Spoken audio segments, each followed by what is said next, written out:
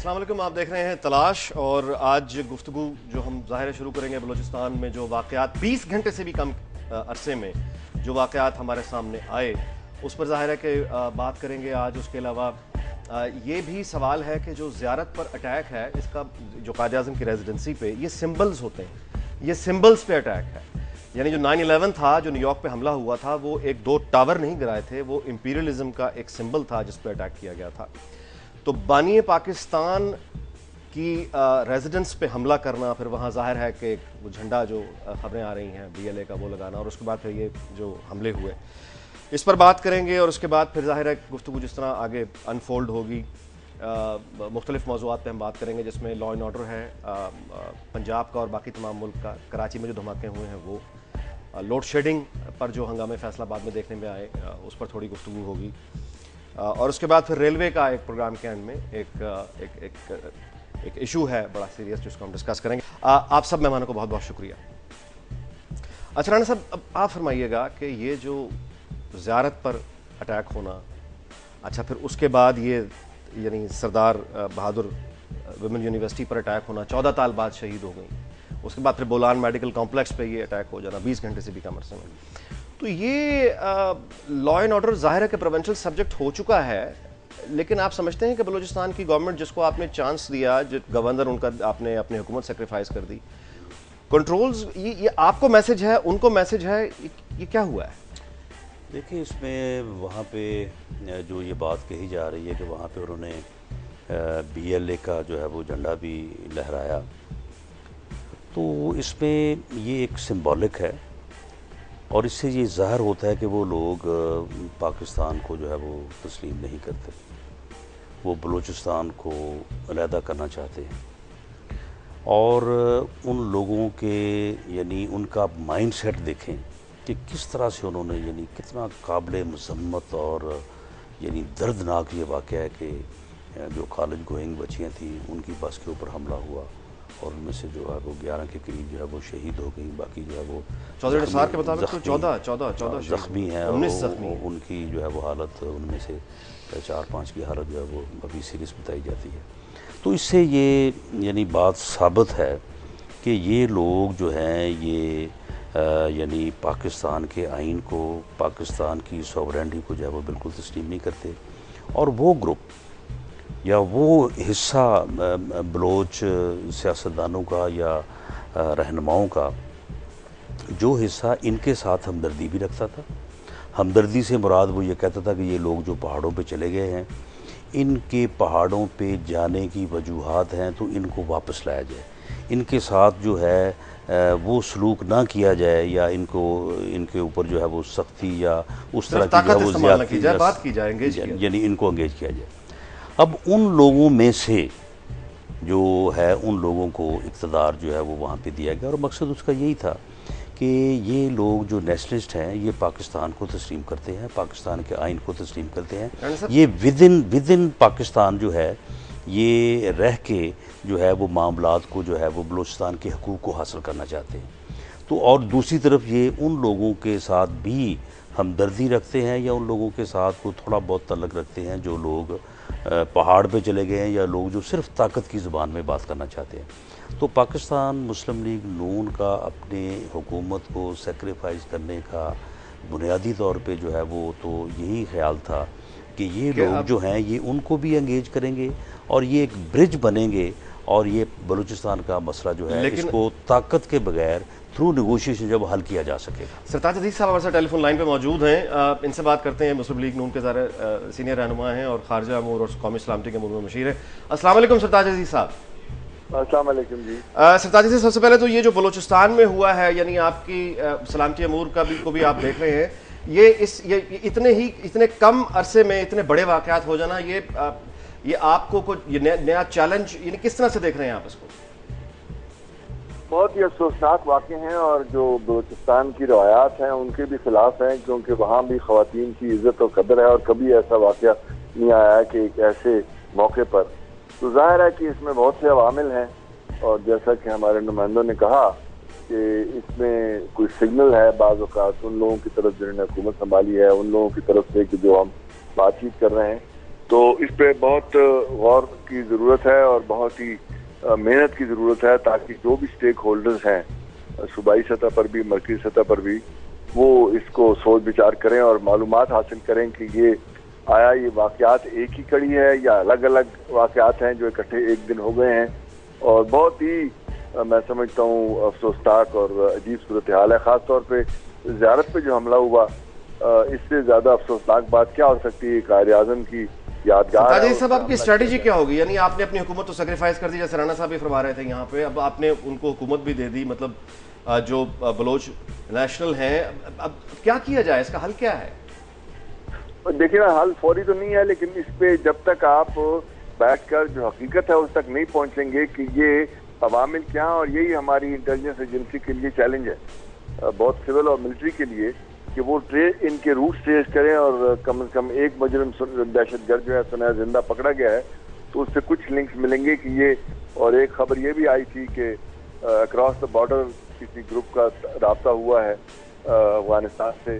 तो ये चीज़ें सब देखने वाली हैं। मेरा ख्याल है कि आइंदा 2-4 दिनों में ही इसकी कुछ न कुछ कड़ियाँ मिलेंगी, उसके मुताबिक फिर स्ट्रेटजी डेवलप हो सकती है। लेकिन ये इस पर इम्पोर्टेंट सिग्नल है कि हमारे पूरी कौमी एजेंडा में इससे अहम जो तरजीह है हमारे सामने अब और कोई नहीं। अच्छा, before we conclude the conversation with you, Sartaj साहब फरमाइएगा कि अभी कुछ रिपोर्ट्स पब्लिश हुई हैं कि आप में और तारिक फातमी साहब में कुछ इख्तलाफात हैं, इन खबरों में किस हद तक सदाकत है? यानी हु इज द बॉस, आप हैं या तारिक फातमी साहब हैं? नहीं, मेरा ख्याल है ये खबर जो है बिल्कुल गलत इतलात में बंदी है। तीनों मिसालें जो दी हैं वो फैक्चुअली इनकरेक्ट हैं, और जिस बंदे ने ये खबर दी है मेरा ख्याल है कि वो मुझसे वाकिफ नहीं है। मेरी फितरत में दरवेशी स्ट्रीक तो शुरू से थी, वो मजीद बढ़ गई, और दरवेश कभी टफ बात बैटल नहीं किया करते। मैंने अपनी जवानी में कभी नहीं की, तो अब क्या करूँगा। और मेरा ख्याल है कि ये किसी ने शरारत से खबर उड़ाई है। लेकिन मुझे अफसोस इस बात का है कि डान एक बहुत ही काबिल बार पर्चा है, और वो बगैर वेरीफाई किए, ये बगैर फैक्ट्स को देखे हुए इस तरह की मिसलीडिंग स्टोरी की है। हमारी बड़ी अच्छी टीम वर्क है, और कोई और उसको खास तौर पे फॉरेन पॉलिसी चैलेंज कहना, और कि मैंने शिकायत की पीएम से, कोई बात भी नहीं हुई इस मौजू पर। तो ठीक है, आपकी वजाहत आ गई, और आपकी वजाहत आ गई सरताज साहब, बहुत बहुत शुक्रिया, बहुत बहुत शुक्रिया। वक्त हुआ जी कमर्शियल ब्रेक का, और उसके बाद फिर हाफिज साहब आपसे भी गुफ्तगू करेंगे, और कमरुज़्मान कायरा साहब भी हमें ज्वाइन कर चुके हैं, उनको भी गुफ्तगू में शामिल करते हैं। देखते रहिए दुनिया न्यूज़।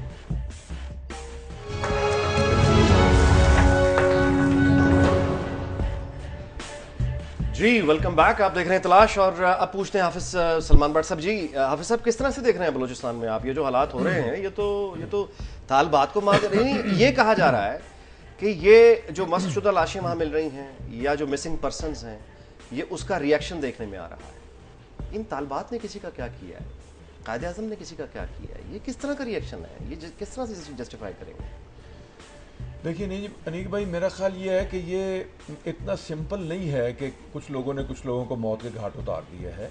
ये पाकिस्तान के वजूद के ख़िलाफ़ एक साजिश है, और ये जो मैं समझता हूँ कि 100 इख्तलाफात हो सकते हैं, लेकिन मुस्लिम लीग नून की क़यादत ने जो बलूचिस्तान में कदम उठाया था, वो उसको सारे पाकिस्तान के लोगों ने सपोर्ट किया था कि भाई ये अच्छा है कि आप कौम परस्तों को साथ लेकर कोशिश करें, उनके हाथ में इख्तियार दें, उनको इक़्तिदार दें, ताकि वो इसको चलाने की कोशिश करें, और कौम परस्त जो लोग हैं वो आगे हैं। लेकिन मेरा ख़्याल ये है कि जो लोग इन कौम परस्तों के अंदर से भी एक्सट्रीमिस्ट हो गए हुए हैं, उन्होंने मैसेज ये दिया है कि हम पाकिस्तान के साथ रहना ही नहीं चाहते, पाकिस्तान के अंदर रहते हुए हमें इक़्तिदार इख्तियार कबूल नहीं है, हम इससे अलग होना चाहते हैं। और कायद आज़म अलैहिर्रहमा के मज़ार पर हमला करना, यानी कायद आज़म ने बलोच लोगों का क्या बिगाड़ा था? या उन्होंने बलूचिस्तान के बारे में कोई मनफी कोई बात तो नहीं की है? अगर कोई लाशें गिर रही हैं तो आज के लोग हैं ना उनके साथ जिम्मेदार आने वाले बात के लोग, सारे पाकिस्तान के लोग आज कह रहे हैं, हम भी कह रहे हैं, दूसरे लोग भी कह रहे हैं कि एजेंसियों को बिहेव करना चाहिए। लेकिन इसमें साथ साथ ये भी है कि एजेंसियों के लोग उल्टा ये कह रहे हैं कि कुछ जो एक्सट्रीमिस्ट हैं वो बैरूनी ताकतों के साथ मिलकर वो भी लाशें गिरा रहे हैं। यकीनन वो गिरा रहे हैं, और उसके फिर उनका फिर केस बड़ा मजबूत होता है एजेंसी का। जी अस्सलाम वालेकुम कायरा साहब। जी वालेकुम अस्सलाम। जी कायरा साहब, आप किस तरह से देखते हैं? जी हुकूमत तो आपकी चली गई, लेकिन आप बहुत यानी मुतहर्रिक वजीर थे अपनी हुकूमत में, आप हालात की नब्ज पे आपका हाथ हुआ करता था। बताइए कि ये भयानक हकीकतें तो वही के वही हैं। अनीक साहब, मैंने पहले दिन से जब से ये गवर्नमेंट आई है इनके लिए हमेशा दुआएं भी की हैं और आज भी दुआ गो हैं कि अल्लाह ताला इनको कामयाब करे। मैं हमेशा ये बात कहता हूँ कि पाकिस्तान के एनर्जी का हो, दूसरे मसाइल हों, वो भी बड़े अहम मसाइल हैं, लेकिन पाकिस्तान का नंबर 1 मसला आज से 5 साल पहले भी दहशतगर्दी था और आज भी दहशतगर्दी है, इंतहा पसंदी है और इंतहा पसंदाना माइंड सेट है। ये जो वाक़या हुआ है, यकीनन हर ज़ीरू, हर जी शऊर जो है इस मामले को कंडेम करेगा। मैं, मेरी जमात, सारा मुल्क इस मामले को भरपूर तरीके से कंडेम कर रहा है। मासूम बच्चों की बसों के ऊपर अटैक करना, ये बात दुरुस्त है कि बलोच रवायात का ये हिस्सा नहीं है, और लेकिन तालिबान के यहाँ बहरहाल ऐसी सोच मौजूद रही है कि वो बच्चियों को, औरतों को, उनके स्कूलों को बुरी तरह अटैक करते रहे हैं। और आज हम जो गुड बैड का ये तस्वर लेके बैठे हुए हैं, ये भी हमें देखने की जरूरत है। अभी साहब, ये तालिबान, आप इसकी जिम्मेदारी तालिबान पे डालते हैं या ये बीएलए ने बेसिकली झंडा अपना वहां छोड़ा था ना? तो देखिए, मैं उसी तरफ आ रहा था कि अभी तक किसी ग्रुप ने फॉर्मली इसकी जिम्मेदारी उस तरह ओन नहीं की और अभी तक हुकूमत भी किसी फाइनल नतीजे पर नहीं पहुंच सकी।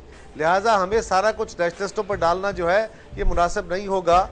और नेशनलिस्टों के अंदर भी डॉक्टर मालिक साहब वो लोग हैं जो आइन के अंदर रहते हुए अपने हकूक की बात कर रहे हैं शुरू से। उन्होंने 2008 का इलेक्शन लड़ा जब बहुत बड़ी तादाद में जमातें जो थी, मेजॉरिटी जमातें जो थी बलूचिस्तान की, वो बाइकाट कर गई थी। इसी तरह इस इलेक्शन में भी वो मैदान में आए, 2002 के इलेक्शन में भी वो थे। उनका बेसिक मकसद ये है कि पाकिस्तान के आइन के और ढांचे के अंदर रहते हुए वो अपने हकूक की बात कर रहे हैं। और एक अनीक साहब, इस मामले को और तरह भी देखने की ज़रूरत है कि ये एक मैसेज भी है। उन्होंने बहुत ब्रूटल एक्ट भी किया है और जो बीएलए के लोग हैं वहाँ पे खुद कुछ हमले नहीं होते नॉर्मली। मुझे नहीं पता ये अब नया क्या रुख आया, लेकिन ये देखने की ज़रूरत है, बड़े तहम्मुल से, बड़े तदब्बर से इसको समझने की ज़रूरत है कि किसी एक जगह पे किसी जमात का झंडा लहरा देना ये ज़रूरी नहीं है कि उसी जमात का ये सारा एक्ट है। उसके पीछे एक और साजिश भी हो सकती है, क्योंकि जो बीएलए के लोग हैं वो ज़रूर अटैक करते हैं, वो ज़रूर इंस्टॉलेशन तबाह करते हैं, वो लोगों को मारते हैं, लेकिन खुद बच के भाग जाते हैं। तो इस मामले में आप ये कह रहे हैं कि इस तरह की कार्रवाई में जो सिग्नेचर है वो देखने की जरूरत है। ठीक है कारी साहब जी। राणा साहब, मुझे मैं अभी किसी नतीजे पर नहीं पहुंचा, लेकिन बात ही ऐसा है। लेकिन इसमें एक और चीज देखने की जरूरत यह है कि अगर बलूचिस्तान के अंदर एक नई गवर्नमेंट आई है और उन्होंने सब लोगों को अपने साथ लेकर चलने की कोशिश की है, पाकिस्तान की तमाम सियासी कुव्वतों ने उनका साथ देने का फैसला किया है। डॉक्टर मालिक साहब एक बड़े मुतहम्मिल मिजाज, एक सरदारों से हट के, एक वहाँ के, और ये नेशनलिस्ट उस तरह के नेशनलिस्ट नहीं है, ये वफाक पाकिस्तान के और आईने पाकिस्तान के बहुत बड़े मुहावजों में से हैं। अभी जो 18th अमेंडमेंट हुई है जिसमें ये सारे राइट सूबों को दिए गए हैं, उनके हकूक तस्लीम किए गए हैं, वसाइल के ऊपर उनका हक तस्लीम किया गया है, डॉक्टर साहब इस सारे अमल का हिस्सा थे। तो ऐसे लोगों की कामयाबी बेसिकली पाकिस्तान की कामयाबी है। ये कहना कि जी इससे मालिक साहब अभी कोई कंट्रोल नहीं कर सके, एक हफ्ता भी नहीं हुआ और अभी वो अपने मामलात में, इब्तदाई मामलात में लगे हुए हैं। यकीनन ये बड़ा तकलीफदेह मामला है, बड़ा नासूर बना हुआ मामला है। इस मामले को ठीक करते हुए वक्त भी लगेगा। साहब का जो एक छोटी सी मुझे गुजारिश कर लेने दीजिए निक साहब जी। ये जो बात कही जा रही है कि कायद आज़म के मज़ार पे कायद आज़म रहमतुल्लाह अलैह मज़ार में कुछ अरसा रहे, उनका एक अलामत है कि वहाँ पे वो रहे, उनका मोनूमेंट है, उसको खराब किया गया है, उसके ऊपर अटैक हुआ है। यकीनन ये बहुत सिंबॉलिकली बहुत बड़ा है, लेकिन कायद आज़म रहमतुल्लाह अलैह जहाँ पे रहे वो एक रेस्ट हाउस था। इसमें तो हमारी बच्चियां, हमारे लोग, हमारे डीसी, हमारे जी राणा साहब फरमाइएगा बड़ा ये इससे ज्यादा तो अब जाहिर है आप क्या, यानी सनाउल्लाह ज़हरी साहब ने जो फरमाया वो ये है कि आनी हाथों से निपटा जाएगा। उन्होंने कहा कि दहशतगर्दों को माफ नहीं किया जाएगा। अच्छा, अब ये वो बातें हैं जो हम सुनते चले आ रहे हैं, आईनी हाथों से निपटा जाएगा, दहशतगर्दी की इजाज़त नहीं दी जाएगी। उन्होंने ये भी फरमाया कि बैरूनी हाथ मुलव्वस हैं। परवेज़ रशीद साहब ने कहा कि नहीं, बैरूनी हाथ अगर हों भी तो यानी यहाँ पे उनको सपोर्ट मिलती है। सो आप किस तरह से देख रहे हैं, मतलब कि ये आनी हाथों से निपटा जाएगा, इस तरह के रिवायती फ़िक्रों को हटा के कब तक इस पोजीशन में आप आएंगे कि रिजल्ट्स हमारे सामने आना शुरू हो जाए? देखिए इसमें ये है कि बलूचिस्तान में आप सब्र कब तक करेंगे? नहीं, देखिए इसमें ये है कि इसमें सब्र करने या ना करने वाली बात तो नहीं है। वहाँ पे सिक्योरिटी फोर्सेस जो हैं वो डे 1 से जो है वो एक्शन कर रही हैं, ऑपरेशन भी वहाँ पे हो रहे हैं। अब एक नया से मुराद ये है कि वफाक का बराह रास्त कंट्रोल आपका नहीं है। नहीं, आपने हुकूमत किसी और अब देखें उसमें बात ये है कि वहाँ पे यानी ये कहना कि वहाँ पे कोई नए सिरे से कोई जो है वो सिक्योरिटी फोर्सेस का कोई काम जो है वो शुरू होगा, नहीं, सिक्योरिटी फोर्सेस वहाँ पे पहले से मौजूद हैं और उसमें बाज़ औक़ात सिक्योरिटी फोर्सेस की तरफ से तजावज़ कर जाने की भी जो है वो ख़बरें आती रही हैं और उसके मतलब भी लोग मुख्तलिफ़ किस्म का जो है वो इज़हार ख्याल करते रहे हैं। अब इसमें देखें एक नई सोच जो है वो ये सामने आई थी कि भाई सिर्फ ताकत का इस्तेमाल जो है वो पिछले 8, 10, 15 साल से हो रहा है, तो क्यों ना एक दूसरा ऑप्शन जो है वो मुज़ाकरात का वो भी जो है वो अपनाया जाए और उन लोगों को आगे लाया जाए, ताकत उन लोगों के हक़ में दी जाए जो मुज़ाकरात करने पे जो है वो बिलीव करते हैं। अब उनको जब ये ताकत दी गई है, उनको ये इख्तियार दिया गया है, तो अब उन्होंने उस ग्रुप ने जो हथियार की ज़ुबान में बात करनी चाहता है उसने ये यानी साबित करने की कोशिश की है कि हमारा इनसे डिस्टेंस है, हमारा इनसे जो है वो कोई तलक नहीं है, इनको इख्तियार देने के ऊपर जो है वो हम अपने हथियार जो है वो नहीं रखेंगे या हम मुज़ाकरात के ऊपर नहीं आएंगे। तो ठीक है, ब्रेक, एक्सक्यूज मी, मैं बस ये ब्रेक ले लूँ, उसके बाद विल कंटिन्यू विद डिस्कशन। देखते रहिए दुनिया न्यूज़।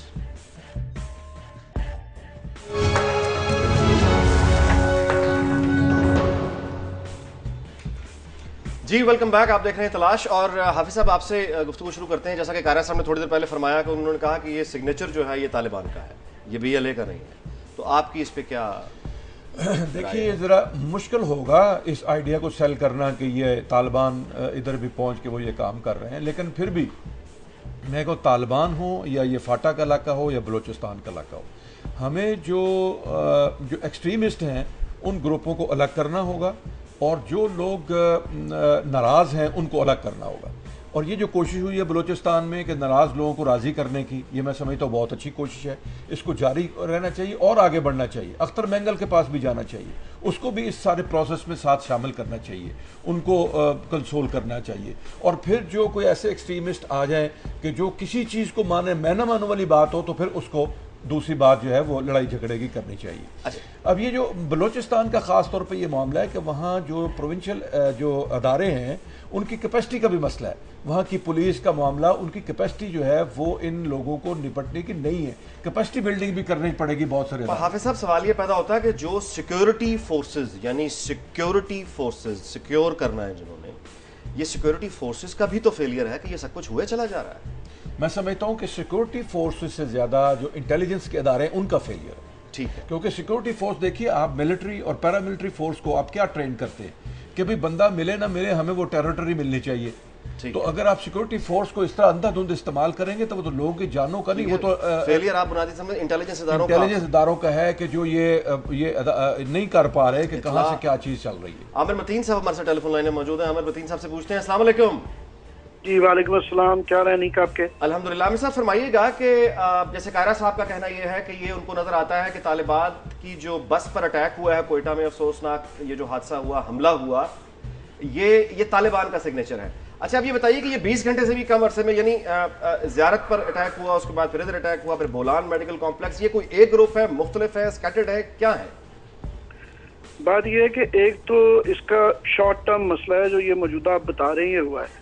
मेरा ख्याल है चौधरी निसार साहब ने बड़ा क्विकली रश किया है थोड़ा सा ये अपना ओपिनियन देने में कि ज़ियारत का वाक़या जो है और ये कोयटा का वाक़या, इसका आपस में कोई लिंक नहीं है। मेरा ख्याल उन्हें थोड़ा सा इंतज़ार करना चाहिए था, क्योंकि अभी मुतज़ाद किस्म की रिपोर्ट्स आ रही हैं, हो सकता है इनका आपस में लिंकेज हो, क्योंकि ये एक बड़े जिस तरह आप बता रहे हैं कि 24 घंटे और 20 घंटे के दरमियान में ये वाक़या हुआ है, तो इसकी पॉसिबिलिटी, इम्कान होने का पॉसिबिलिटी ये है। उसकी एक और जो कंसर्न इसमें है शॉर्ट टर्म का, जो इस वक्त आजकल का वाक़या है उसके हवाले से, वो ये है कि एक शक किया जा रहा था पहले ही कि हमेशा से हमारी बचत रियासत पाकिस्तान की ये रही कि बलोच इंसर्जेंसी जो थी, बगावत, वो बिल्कुल एक अलहदा था और तालिबान का इशू एक अलहदा था। इन दोनों के दरमियान में आपस में प्रॉक्सिमिटी नहीं थी और कनेक्शन नहीं था। फॉर सम रीज़न बलोच जो थे वो हमेशा सेकुलर नेशनलिस्ट रहे और तालिबान उनके हमेशा मुखालिफ रहे। मैं रिसेंटली, क्योंकि ये जो लश्कर जंगवी के जो हज़ारा के ऊपर जो हमले हुए, तो उसमें क्योंकि ज़्यादातर बलोच लोग पाए गए थे, तो ये लिंकेजेस इस्टेब्लिश हो रहे थे कि दोनों का बुनियादी टारगेट पाकिस्तान की हुकूमत और पाकिस्तान की रियासत क्योंकि बनी हुई है, तो इसलिए ये शुबा इस तरह के जो कुछ सबूत आ रहे थे कि शायद इनके लिंकेजेस बन रहे। और ये भी रिपोर्टें आ रही थी कि लियारी में क्योंकि जो है बेताशा बलोच नेशनलिस्टों के भी लिंकेजेस हैं, और वहाँ वो एक किस्म की एक बन गई हुई है, ऑनक्लेव बन गया हुआ, जहाँ वहाँ पे इनके रवाबत आपस में बढ़ते हुए हो रहे थे और ये शूक आ रहे थे। तो इस बात की पॉसिबिलिटी हो सकती है कि ये लिंकेज हो के ज़ियारत में जो बलोचों ने किया है।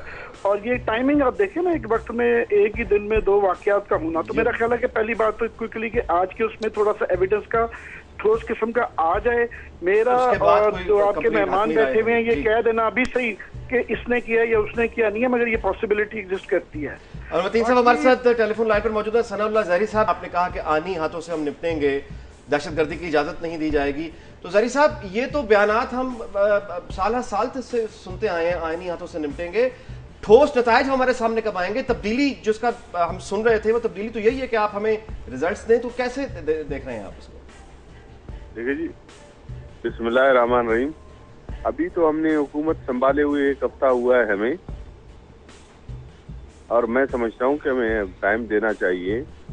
और ये जो अनफॉर्चुनेटली पे दर पे जो वाकयात हो रहे हैं हमारे गवर्नमेंट के खिलाफ, हम समझते हैं कि ये मैसेज आपको दिया जा रहा है या अब्दुल मालिक साहब को दिया जा रहा है? बलूचिस्तान नेशनल हम दोनों पार्टी को एक दिया जा हैं, रहा है? हम दोनों एक हैं। हमने एक हुकूमत सबने बनाई है और हमारी मेजॉरिटी है इस वक्त बलूचिस्तान में, और हमने एक मखलूत हुकूमत बनाई है, कोलिजन गवर्नमेंट बनाई है। तो उसकी कामयाबी हमारी कामयाबी है, उसकी नाकामी हमारी नाकामी है। लेकिन ये मामला इतना सादा है कि आप ये कह रहे हैं कि आपकी कामयाबी से हासदीन जो है वो हासदाना कार्रवाइयां कर रहे हैं, ये तो सर कोई नहीं, मैं हासदीन का नाम तो नहीं दिया। अल्लाह का ऐसा रहा ना कि हमारी हुकूमत की हमने बनाई है, तो हमारी हुकूमत की बनाई है उसको नाकाम करना चाहते हैं। हाँ, बिल्कुल वो नाकाम करना चाहते हैं, वो तो जो कर रहे हैं हमारे सामने आ रहा है। आपकी हुकूमत की कामयाबी हमारे सामने कब आएगी? देखिए, वो अभी आप टाइम दें ना हमें, आप दें 2-3 महीने दें, 2-3 महीने के बाद हम आपको दिखाएंगे कि हम कामयाब हैं या नहीं है। बहुत शुक्रिया, बहुत शुक्रिया, बहुत शुक्रिया ज़हरी साहब जी। 3 महीने आप ऐसा मांगे। देखिए, ये मेरा ख्याल ये है कि ये फेडरल गवर्नमेंट और प्रोविंशियल गवर्नमेंट की कोऑर्डिनेटेड एफर्ट के बगैर ये मसला हल होने वाला नहीं है। मैं नहीं समझता कि बलूचिस्तान गवर्नमेंट जो है उसकी terrorism, law and order situation में शायद वो कोई कंट्रोल करने की पोजीशन में हो, कोई लोगों से मेल मुलाकात करके कोई हालात को बेहतर बनाए, कोई कबायली ट्राइबल बेस पे एक दूसरे से बात करके कुछ बेहतर करें। लेकिन ये जो टेररिज्म है, और उसमें जब ये इसका तो 100% इम्कान नहीं, यकीन है कि इसके अंदर बाहर के हाथ भी इसमें शामिल है। और ये पिछली हुकूमत के खुद कायरा साहब की हुकूमत के जो जिम्मेदार लोग हैं वो बताते रहे कि फॉरेन हैंड्स हैं, और इंडिया का नाम बाज़ वक़्त वो लेते रहे। तो ये जब इस किस्म का वहाँ मैस क्रिएट हो गया है, और प्रोविंशियल गवर्नमेंट के जो अदारे हैं, यानी उनकी जो ब्यूरोक्रेसी है सिविल, और उनकी जो पुलिस है, उनके पास कैपेसिटी नहीं है, वो उनकी कैपेसिटी नहीं है कि वो इसको डील कर सके। तो फेडरल गवर्नमेंट और प्रोविंशियल गवर्नमेंट की कोऑर्डिनेटेड एफर्ट के बगैर ये मुमकिन नहीं जी। इसमें मैं राजीव साहब मैं ये बात करूँगा कि ये बिल्कुल दुरुस्त कहा हाफिज़ साहब ने कि प्रोविंशियल और फेडरल गवर्नमेंट की कोऑर्डिनेशन से ये मसला हल होगा। लेकिन इसमें देखें, दहशत गर्दी की को कार्रवाई जो है वो विदाउट जो है वो फैसिलिटेशन नहीं हो सकती। ये दहशतगर्द ऐसे नहीं होता कि दहशतगर्द जो है वो वहीं पे बैठा है और वहीं पे वो रह रहा है और एकदम उसको ख्याल आया उसने जनाब जो है वो बस पे हमला कर दिया या कोई खुदकुश हमला कर दिया। वो लोग जो इन कार्रवाइयों में मुलव्वस होते हैं वो अमूमन उन शहरों में नहीं रह रहे होते, वो किसी जगह और होते हैं, वो साउथ में हो या बलूचिस्तान में पहाड़ों पे हो। जब उनको कोई फैसिलिटेटर मैसर आता है उस शहर से, उस इलाके से, जो उनको इस कार्रवाई करने में जो है वो फैसिलिटेट करता है, तो फिर जाके दहशतगर्दी की कार्रवाई जो है ये मुमकिन होती है। ये इंटेलिजेंस अदारे जो हैं, अगर इनकी वहाँ पे कारकर्दगी जो है वो बिल्कुल अप टू मार्क हो, तो वो फैसिलिटेशन वाला लिंक जो है ये तोड़ दें, तो फिर ये दहशतगर्दी की कार्रवाई जो है वो नहीं हो सकती। दहशतगर्द उसी वक्त कामयाब होते हैं जब उस शहर में, उस इलाके में उनको कोई आदमी मैसर आता है जो उनको 1 दिन पहले 2 दिन पहले वहाँ पे ठहरने के लिए जगह भी दे और उसके बाद कार्रवाई करने के लिए जो है वो फैसिलिटेट करे। फरमाइएगा कि यहाँ पे जैसे हाफिज़ साहब ने फरमाया और फिर आमिर मतीन साहब ने भी फरमाया कि शायद हम नताइज पर, कंक्लूजन्स पर हमें जंप नहीं करना चाहिए। और साथ ही यहाँ पे ये भी जिक्र आया कि बैरूनी हाथ कोई मुलविस हो सकता है बलूचिस्तान में। तो कारा साहब, हुकूमत में जब आप थे, जाहिर है कि मसलहतें होती हैं, अब तो आप मतलब बाहर है वो, अब आपके पास मजबूरियाँ नहीं हैं। आप फरमाइएगा कि बैरूनी हाथ कोई अगर है तो बलूचिस्तान में कौन कौन से बैरूनी हाथ हैं? देखिए अनीक साहब, पहली बात तो यह है कि कुछ बातें अगर हमारे इल्म में हैं और जो नेशनल सिक्योरिटी से रिलेटेड है, तो वो मुझे अभी भी, बेशक मैं वजीर नहीं रहा, मैं हुकूमत में नहीं रहा, मुझे अभी भी वो मैं अंडर ओथ हूँ उस पर। लेकिन एक चीज़ बड़ी वाजह है, हिंदुस्तान का नाम लिया जाता रहा, बार बार ओपनली लिया जाता रहा और कहा गया कि बलूचिस्तान के जो बॉर्डर है अफगानिस्तान का, उसके साथ उन्होंने बहुत सारे अपने जो बनाए हुए हैं अपने एम्बेसीज के ऑफिस, जिनकी ज़रूरत बेसिकली नहीं है, तो वो एक लिंकेज डेवलप करने की कोशिश की गई। इससे हट के एक और चीज़ देखने वाली है, बलूचिस्तान एक सेटल्ड सूबे के तौर पे नहीं है। अनफॉर्चुनेटली बलूचिस्तान का 80% से ज़्यादा इलाका आज भी बी एरिया है, जो पुलिसिंग का एरिया नहीं है, जो पुलिस से बाहर है, और उसको दीगर जो लॉ इन्फोर्समेंट एजेंसीज हैं वो उसको टैकल करती हैं, कंट्रोल करती हैं, और वहाँ पे जो पेनिट्रेशन है इंटेलिजेंस एजेंसीज की, वो भी बड़ी मुश्किल होती है। ट्राइबल सोसाइटी के अंदर पेनिट्रेशन काफ़ी ज़्यादा मुश्किल है। ये एक डिवाइड भी बड़ी खौफनाक है। और जो बार बार आपने कहा, मैंने जो बात कही है कि इसके जो पैटर्न हैं वो BLA के इससे पहले वाले पैटर्न नहीं थे। इससे पहले मेरे अपने इतला के मुताबिक या मेरे इल्म के मुताबिक ऐसा नहीं था। लेकिन अनीक साहब, हमें इससे एक और चीज़ सबक लेने की ज़रूरत है। हम जो मसलहतों का शिकार हैं, हम जो अपने अपने अच्छे और बुरे, पंजाब गवर्नमेंट अपने कहेगी, मैं अपने कहूँगा, हाफिज साहब अपने कहेंगे कि ये अच्छे हैं, वो बुरे हैं, वो अच्छे हैं, वो बुरे हैं। ये एक माइंड सेट है जिसको बाकायदा हम अच्छे और बुरे के नाम पे सपोर्ट किए जा रहे हैं।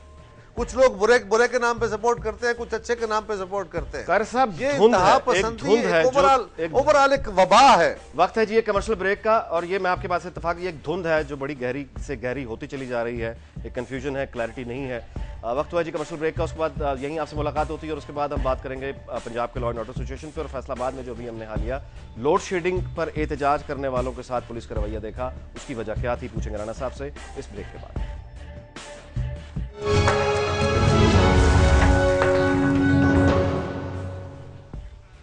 जी वेलकम बैक, आप देख रहे हैं तलाश। जी राणा साहब, जो लोड शेडिंग के खिलाफ अच्छा पहले जो मुजाहरे होते थे, तो कहा अब ये जा रहा है कि वो चूंकि फेडरेशन में पीपल्स पार्टी थी तो ज़रा पंजाब में नरमी बरती जाती थी, अब चूंकि मरकज़ आपके पास है तो अच्छा। अब दिलचस्प बात है, क्या कहिए, कि जो पहला बड़ा मुजाहरा देखने में आया वो फैसलाबाद में नजर आया, जहाँ से आप जीते हैं, और उसके बाद जो फिर सलूक हमने देखा पुलिस ने किया, तो ये वाकई आपको मैसेज दे रहे हैं? नहीं देखे, इसमें जो फैसलाबाद का वाक़या हुआ ना, वो बड़ा सिंपल सी वहाँ पे बात है। बस वो सिर्फ ये है कि किस्मत ख़राब के वो फुटेज जो थी वो इस तरह से बनी, और उसके बाद फिर मीडिया ने उसको जिस तरह से चलाया, वो सिंपल उन घरों से वो पत्थर फेंके गए उन पुलिस वालों पे, और वो 5 लोग हैं जिन्होंने जाके ये सारी जो है वो उन्होंने बड़ी ज़्यादती की, वो घरों में दाखिल हुए और वहाँ पे औरतों को, बच्चों को जो मारा। वाक़या सिर्फ इतना है कि वो एक आबादी है, वो आबादी है सतारा एनर्जी के साथ। अच्छा। सतारा एनर्जी के पास जो है वो जनरेशन का उनके पास यानी प्लांट है, और वो 25 या 30 मेगावाट के करीब जो है वो बिजली पैदा करते हैं और वो ग्रिड को देते हैं। ठीक है। तो इस आबादी को, क्योंकि ये सतारा एनर्जी के हमसाये में थी, उससे यानी जुड़ी हुई थी, तो वापडा वाले एक यानी स्पेशल केस के तौर पे उनको बिजली जो है वो 24 आवर्स देते थे, लोड शेडिंग बिल्कुल नहीं करते थे।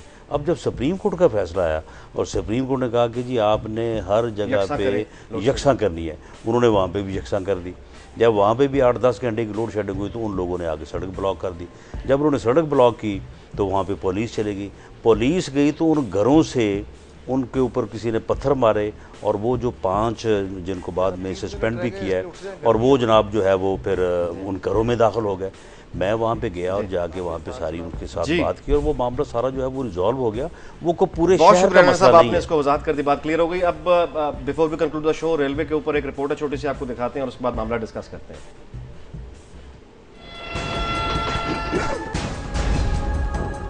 पाकिस्तान में हर साल 8 करोड़ लोगों की आमदोरफ्त के लिए सस्ता तरीन जरिया रेलवे है, जिसको स्टेट विद इन स्टेट भी कहा जाता है, जो बद इंतजामी और करप्शन के बायस शदीद बहरान का शिकार है।